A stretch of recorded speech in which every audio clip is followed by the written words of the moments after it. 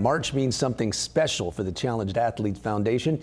And joining us now to talk more about their grant season is the co-founder of CAF, Bob Babbitt. Bob, good morning. Great to see you as always, my friend. How you doing, Jason? Appreciate all the support you guys have given the CAF over the years. And this is March greatness. This is the best part of the year, because last year we sent out 4,500 grants, about $8.1 million worth of grants. And in our 32 years now, we've raised $180 million and sent out over 48,000 grants to challenged athletes in all 50 states, 73 countries, and more importantly, 105 different sports. Last year we sent out a grant for wheelchair pickleball, our 105th new sport, so it's been very, very exciting. Where does the money come from? It comes from a lot of different places. Yeah. So we have, global sponsors like Toyota and Nike and 100%.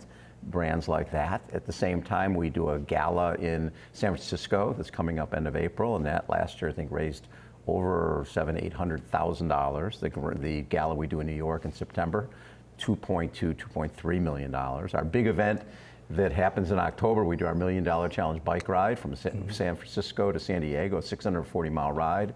15,000 each for each participant, and it's 170 or so riders that will sell out, and that leads into our triathlon, which raises north of $1 million, and that's on October 26th. So, and then a lot of people fundraise for us, where they go do an event and they raise money for CAF. So it comes from a lot of different places. The thing I like the most, Jason, is a lot of our challenged athletes who've received grants from us, they're out raising money. Yeah. That shows that they're passing it on. Mm-hmm. They understand that we're there for them, and they need to be there for the next athlete, which is wonderful. That really is.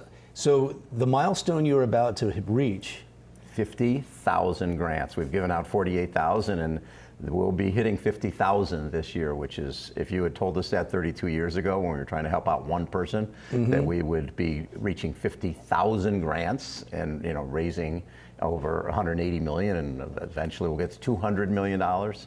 Nobody would have believed it. And the money, these grants go for things like adaptive bikes, adaptive wheelchairs, yes. And it all depends upon the sport. It really does. So you might be giving somebody a wheelchair basketball chair, right? Or you might be giving somebody equipment for sled hockey, or for beep baseball, which is baseball for the blind. You play baseball and you're visually impaired, the ball itself with a beep in it, it's like $60 for the softball. Wow. So, and then people are traveling. One of our bigger grant items is people traveling to the Beep Baseball World Series in Oklahoma. And a lot of people want to get down there for the Beep Baseball World Series. And one of the things that hit me, Jason, is when you're reading through the grants, when people are applying for the grants, and mm-hmm. they start in September and come through, you look through the grants and you see that people with disabilities don't make a lot of money. You see somebody who's making $25,000, $30,000 a year, and if they want a wheelchair basketball chair, which costs $4,500, there's no realm of reality that that's going to happen. The only way that's going to happen is if it comes from us. So do the people, they apply for the grants? Do they go on your website? They do. They go to Challenged Athletes. I was going to ask how you found these. They go to challengedathletes.org and they apply for that grant, and they submit financial information and what grant they're looking for. Is it a running leg? Our partnership with OSER will provide somebody a $15,000 running leg, wow. which people could not afford that. The interesting thing is, back in the day, it was wheelchair basketball chair, sled hockey, things like that, where the equipment might be $3,000, $4,000, $5,000, $6,000. Now with technology, you're talking off-road e-assist hand cycles, which might be $15,000 to take somebody. If somebody's paralyzed, the trails disappear for them. Mm-hmm. You're going on a wheelchair on the trails, your hands are going in the dirt, doesn't happen.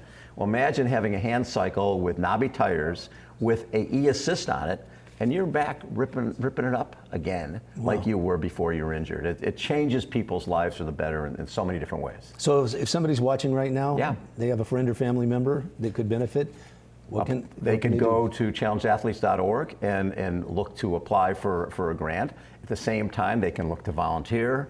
They can look at some of our upcoming events that they want to do. Come out to our clinics. We just had a adaptive golf clinic out at the Mission Bay Golf Course, which was wonderful.